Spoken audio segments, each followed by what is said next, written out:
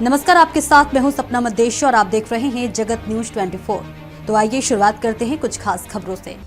आज मंगलवार को जनपद पौड़ी के 4 अलग अलग स्थानों पर आपदा मॉक अभ्यास आयोजित किया गया। इस दौरान बस दुर्घटना, नदी का जलस्तर बढ़ने, जंगल में आग और भूस्खलन जैसी घटनाओं पर रेस्क्यू व राहत कार्यों का अभ्यास का प्रशासनिक तैयारियों को परखा गया। जिलाधिकारी स्वाति एस भदौरिया के निर्देशन में इस अभ्यास की कलेक्ट्रेट स्थित मुख्य कंट्रोल रूम से सघन निगरानी की गई।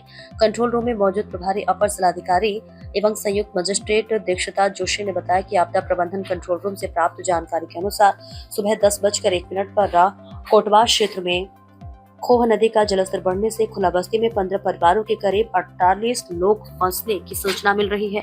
रात में बचाव टीमों ने मौके पर पहुंचकर सभी को सुरक्षित निकालते हुए रिलीफ कैंप पहुंचाया।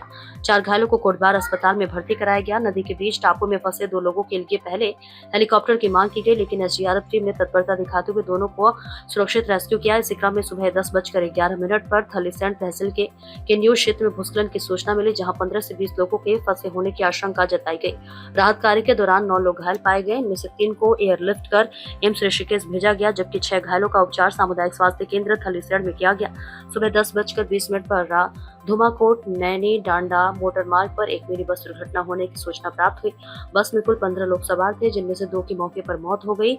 8 लोग सामान्य रूप से घायल हुए हैं, जिन्हें सीएससी नैनी डांडा में भर्ती कराया था। 2 गंभीर घायलों में से एक को एयरलिफ्ट कर ऋषिकेश रेफर किया गया, जबकि दूसरे को कोटद्वार अस्पताल भेजा गया। हादसे के बाद 3 लोग लापता बताए गए, जिन्हें 1 घंटे के भीतर सर्च अभियान चलाकर सुरक्षित बरामद कर लिया गया।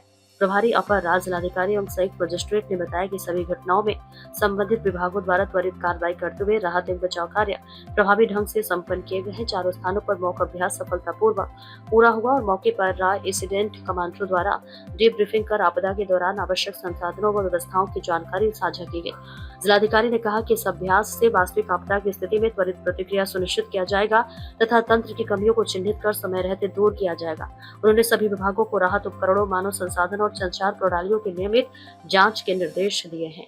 देखिए वीरेंद्र रावत की रिपोर्ट। ये जनपद पौड़ी में आज मॉक ड्रिल एक्सरसाइज हुई है, जिसमें 4 इंसिडेंट साइट्स थी हमारी। कोटद्वार में खोह नदी में जलस्तर बढ़ने के कारण बाढ़ की संभावना थी, पौड़ी में वनाग्नि और थलीसैंण में लैंडस्लाइड का सिनेरियो था और धुमाकोट में हमारे कार एक्सीडेंट का सिनेरियो था।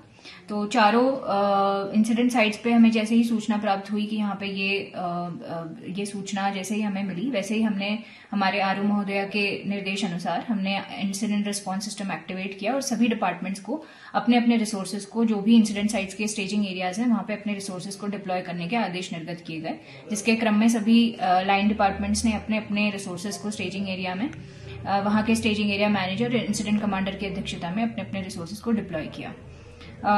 जो हमारी मॉक एक्सरसाइज रही उसमें कोटद्वार में बाढ़ का जो सिनेरियो था उसमें हमारे 15 परिवार फंसे हुए थे, जिसमें 3 घायल हुए और उन्हें हमें सब डिस्ट्रिक्ट हॉस्पिटल रेफर किया गया, जिनका अभी वहां पे ही इलाज चल रहा है। जो 2 हमारे ऐसे व्यक्ति थे जिन्हें नदी के बीच में एक टापू में फंस गए थे, जिनके लिए इंसिडेंट कमांडर ने एयरलिफ्ट की डिमांड करी थी, परंतु हमने एसडीआरएफ के माध्यम से ही उन्हें रेस्क्यू करवा लिया था। इसके अतिरिक्त वहां पे 48 लोग ऐसे थे जो कि रिलीफ कैंप में अभी रखे गए हैं।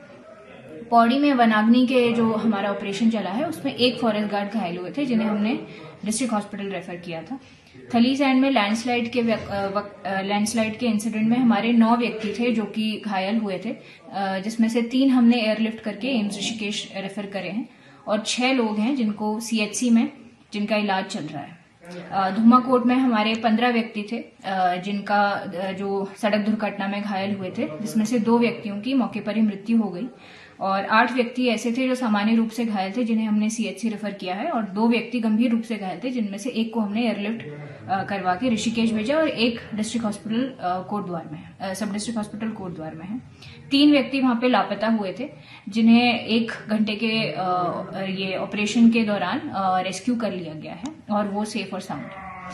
इसी प्रकार हमारी चारों इंसिडेंट साइट्स की जो हमारी मॉक ड्रिल थी वो अच्छी तरीके से संपन्न हो गई थी। सभी इंसिडेंट कमांडर्स ने इंसिडेंट के बाद, इस मॉक ड्रिल के बाद अपने अपने स्टेजिंग एरिया में आकर डीब्रीफिंग अच्छे तरीके से संपन्न कर ली थी। तो ये काफी सक्सेसफुल रही हमारे जनपद की मॉक ड्रिल एक्सरसाइज। ऐसे ही अपडेट्स के लिए देखते रहें जगत न्यूज 24 और हाँ, हमारे चैनल को लाइक, शेयर और सब्सक्राइब करना बिल्कुल ना भूलें।